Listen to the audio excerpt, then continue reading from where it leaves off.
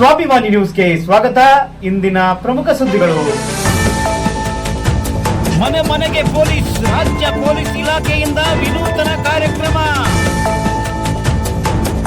ಸಾಗರದಲ್ಲೂ ಮನೆ ಮನೆಗೆ ಪೊಲೀಸ್ ಕಾರ್ಯಕ್ರಮ ಜಾರಿ. ಸಾಗರ ಡಿವೈಎಸ್ಪಿ ಗೋಪಾಲಕೃಷ್ಣ ನಾಯಕ್ ಹೇಳಿಕೆ.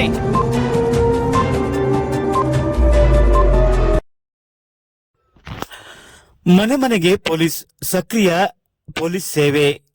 ಸಮುದಾಯದ ಪೊಲೀಸ್ ವ್ಯವಸ್ಥೆಯನ್ನು ಬಲಪಡಿಸುವ ನಿಟ್ಟಿನಲ್ಲಿ ಸಾರ್ವಜನಿಕರೊಂದಿಗೆ ಪೊಲೀಸ್ ಇಲಾಖೆ ಉತ್ತಮ ಹಾಗೂ ಸ್ನೇಹದ ಸಂಬಂಧವನ್ನು ಬೆಸೆದು ಸೌಹಾರ್ದತೆಯ ಸಮಾಜವನ್ನು ನಿರ್ಮಿಸಲು ಆಗಬಹುದಾದ ಅಪರಾಧಗಳನ್ನು ತಡೆದು ಘಟಿಸಿದ ಅಪರಾಧಗಳನ್ನು ಪರಿಣಾಮಕಾರಿಯಾಗಿ ಪತ್ತೆ ಮಾಡಲು ಹಾಗೂ ಪೊಲೀಸ್ ವ್ಯವಸ್ಥೆಯಲ್ಲಿ ಸಾರ್ವಜನಿಕ ಸಹಭಾಗಿತ್ವವನ್ನು ಹೆಚ್ಚಿಸಿ ಇಲಾಖೆಯನ್ನು ಸಾರ್ವಜನಿಕ ಸ್ನೇಹಿಯಾಗಿಸಿ ಸಮಾಜಕ್ಕೆ ಉತ್ತಮ ಸಕ್ರಿಯ ಪೊಲೀಸ್ ಸೇವೆಯನ್ನು ಒದಗಿಸುವ ನಿಟ್ಟಿನಲ್ಲಿ ಕರ್ನಾಟಕ ರಾಜ್ಯ ಪೊಲೀಸ್ ಇಲಾಖೆಯು ಮಹತ್ವಾಕಾಂಕ್ಷೆಯ ಯೋಜನೆಯಾದ ಮನೆ ಮನೆಗೆ ಪೊಲೀಸ್ ಪರಿಕಲ್ಪನೆಯನ್ನು ಜಾರಿಗೊಳಿಸುತ್ತಿದೆ ಎಂದು ಸಾಗರ ಡಿವೈಎಸ್ಪಿ ಗೋಪಾಲಕೃಷ್ಣ ಟಿ ನಾಯಕ್ ತಿಳಿಸಿದ್ದಾರೆ.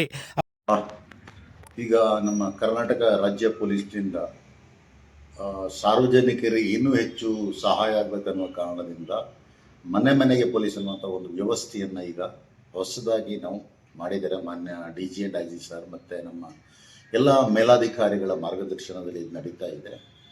ಇದ್ರ ಉದ್ದೇಶ ಇಷ್ಟೇ. ಈ ಮೊದಲು ನಮ್ಮಲ್ಲಿ ಬೀಟ್ ಸಿಸ್ಟಮ್ ಅಂತ ಇತ್ತು. ಬೀಟ್ ಸಿಬ್ಬಂದಿಗಳು ಕೆಲವು ಪ್ರದೇಶಗಳಿಗೆ ಹೋಗಿ ಅಲ್ಲಿರುವಂಥ ಸಾರ್ವಜನಿಕರಿಗೆ ಸಂಪರ್ಕ ಹೊಂದಿದ್ರು, ಇಲ್ಲ ಅಂತಲ್ಲ. ಬಟ್ ಅದು ಅಷ್ಟೊಂದು ಪ್ರೋಆಕ್ಟಿವ್ ಆಗಿ ಅಥವಾ ಸಾರ್ವಜನಿಕರನ್ನು ಸಂಪೂರ್ಣವಾಗಿ ತಡೀತಿದ್ದಿಲ್ಲ.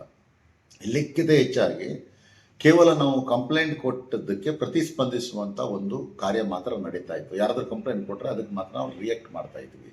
ಇದನ್ನು ಮನಗಂಡತ ನಮ್ಮ ಮೇಲಾಧಿಕಾರಿಗಳು ಪಬ್ಲಿಕ್ ಇನ್ನೂ ಹೆಚ್ಚಿನ ಸೇವೆ ಕೊಡಬೇಕು ಅಂತ ಹೇಳಿ ಮನೆ ಮನೆಗೆ ಪೊಲೀಸ್ ಅನ್ನುವಂಥ ಒಂದು ವ್ಯವಸ್ಥೆಯನ್ನು ಮಾಡಿದ್ದಾರೆ. ಅದರಲ್ಲಿ ಏನಂತ ಹೇಳಿದ್ರೆ, ಆ ಬೀಟ್ ವ್ಯಾಪ್ತಿಯಲ್ಲಿ ಸುಮಾರು 40ರಿಂದ 50 ಮನೆಗಳಿಗೆ ಇವರು ಕಾಂಟ್ಯಾಕ್ಟ್ ಮಾಡಬೇಕು. ಆಮೇಲೆ ಅದರಲ್ಲಿರುವಂಥ ಮನೆಯ ಪ್ರಮುಖರು ಅಂದರೆ ಅವರು ಎಲ್ಡರ್ ಇರಬೇಕು, ಸಾಕಷ್ಟು ತಿಳುವಳಿಕೆ ಇರಬೇಕು. ಅವ್ರ ಜೊತೆ ಸತತವಾದ ಸಂಪರ್ಕದಲ್ಲಿದ್ದು ಅಲ್ಲಿ ಯಾರಿಗಾರು ಸಮಸ್ಯೆ ಇದೆಯಾ, ಪ್ರಾಬ್ಲಮ್ಗಳು ನಡೀತಾ ಇದೆಯಾ, ಇಲ್ಲಿಗಲ್ ಆಕ್ಟಿವಿಟೀಸ್ ನಡೀತಾ ಇದೆ, ಅಥವಾ ಸೆಕ್ಯೂರಿಟಿ ಪ್ರಾಬ್ಲಮ್ ಆಗಿದೆಯಾ, ಅಥವಾ ಕಳ್ಳಕಾಕರು ಬರ್ತಾ ಇದ್ದಾರಾ, ಡ್ರಗ್ಸ್ ಏನಾದರೂ ಟ್ರಾಫಿಕ್ಕಿಂಗ್ ಇದೆಯಾ, ಈ ಕುರಿತಾಗಿ ಅಲ್ಲಿಯೇ ಹೋಗಿ ಮಾಹಿತಿಯನ್ನು ತರಬೇಕು. ಸಾರ್ವಜನಿಕರಲ್ಲಿ ಏನು ಭಯ ಇದೆ ಅಂತಂದರೆ, ಒಂದು ಕಂಪ್ಲೇಂಟ್ ಕೊಟ್ಟರೆ ಪೊಲೀಸರು ರಿಯಾಕ್ಟ್ ಮಾಡ್ತಾರೆ. ಏನು ಸಾಮಾನ್ಯವಾಗಿ ನಾವೇನಾದ್ರು ಹೇಳಿದ್ರೆ ನಮ್ಮ ಹೆಸರು ಎಲ್ಲೋ ಬಂದುಬಿಡುತ್ತೆ ಅನ್ನೋ ಭಯದಿಂದ ಇರ್ತಿದ್ರು. ಈ ಭಯ ಹೋಗಲಾಡಿಸೋ ಸಲುವಾಗಿ ಅವ್ರ ಏರಿಯಾಕ್ಕೆ ಬೀಟ್ ಸಿಬ್ಬಂದಿ ಆದವರು ಹೋಗಿ ಅವ್ರ ಜೊತೆ ಕಾಂಟ್ಯಾಕ್ಟ್ ಮಾಡಿ ಈ ಮಾಹಿತಿನ ಕೊಡಬೇಕು. ಮತ್ತು ನಾವು ಏನು ಮಾಡ್ತಾ ಇದ್ವಿ ಅಂದರೆ, ಈ ಒಂದು ಮನೆ ಪೊಲೀಸ್ನಲ್ಲಿ 40-50 ಮನೆಗೆ ಒಬ್ಬರು ಅದರಲ್ಲೇ ಇರುವಂಥವರು ಆದಷ್ಟು ಮಟ್ಟಿಗೆ ಯಾವುದೇ ರೀತಿಯಾದಂಥ ಬೇರೆ ಚಟುವಟಿಕೆಗಳು, ರಾಜಕೀಯ ಚಟುವಟಿಕೆಗಳು ಇಲ್ಲದಿದ್ದಂಥ ವ್ಯಕ್ತಿಗಳನ್ನು ಕೊಡಿಸಿ ಅವರುಗಳನ್ನು ಅದರ ಪ್ರಮುಖರನ್ನು ಮಾಡಿ ಅವರೆಲ್ಲ 40-50 ಮನೆಗಳಿಗೂ ಅವರ ಬಗ್ಗೆ ಒಳ್ಳೆಯ ನಿರ್ವಹಣೆ ನೋಡಿಕೊಂಡು ಅವ್ರ ಮುಖಾಂತರ ಇನ್ನೂ ಹೆಚ್ಚಿನ ಒಂದು ವ್ಯವಸ್ಥಿತವಾದ ಪೊಲೀಸನ್ನು ಮಾಡ್ತಾ ಇದ್ದೀವಿ. ಇದರಲ್ಲಿ ಮುಖ್ಯವಾಗಿ ಅವ್ರಿಗೆ CC ಕ್ಯಾಮರಾ ಹಾಕುವಂಥ ಅವಶ್ಯಕತೆ ಕುರಿತಾಗಿ ಹೇಳೋದಿರ್ಬೋದು. ಈಗ ಸಾಮಾನ್ಯವಾಗಿ ಪ್ರತಿ ದಿವಸ ಸೈಬರ್ ಕ್ರೈಮ್ ಆಗ್ತಾ ಇರ್ತದೆ.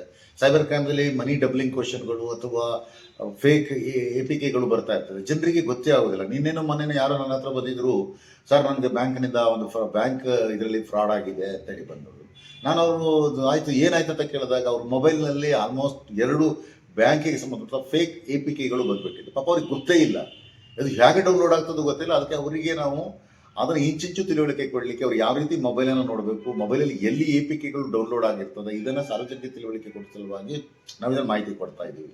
ಮತ್ತು ಇನ್ನೊಂದು ಮುಖ್ಯವಾಗಿ ಪೋಕ್ಸೋ ಅಥವಾ ಏನು ಹೆಣ್ಣು ಮಕ್ಕಳ ಮೇಲೆ ಅಥವಾ ಚಿಕ್ಕ ಮಕ್ಕಳ ಮೇಲೆ ಆಗುವಂಥ ಲೈಂಗಿಕ ಅತ್ಯಾಚಾರಗಳನ್ನು ತಡೆಯುವ ನಿಟ್ಟಿನಲ್ಲಿಯೂ ಸಹ ಇದು ಕೆಲಸ ಮಾಡಬೇಕಾಗಿದೆ. ಎಷ್ಟೋ ಮಂದಿಗೆ ಭಯ ಇದೆ, ನಾವು ಕಂಪ್ಲೇಂಟ್ ಕೊಟ್ಟರೆ ಏನಾಗ್ತದೆ, ಅವರು ಪೊಲೀಸರು ಸ್ಟೇಷನಿಗೆ ಹೋಗಬೇಕಾಗಿದೆ. ಇದೇನೂ ಅವಶ್ಯಕತೆ ಇಲ್ಲ.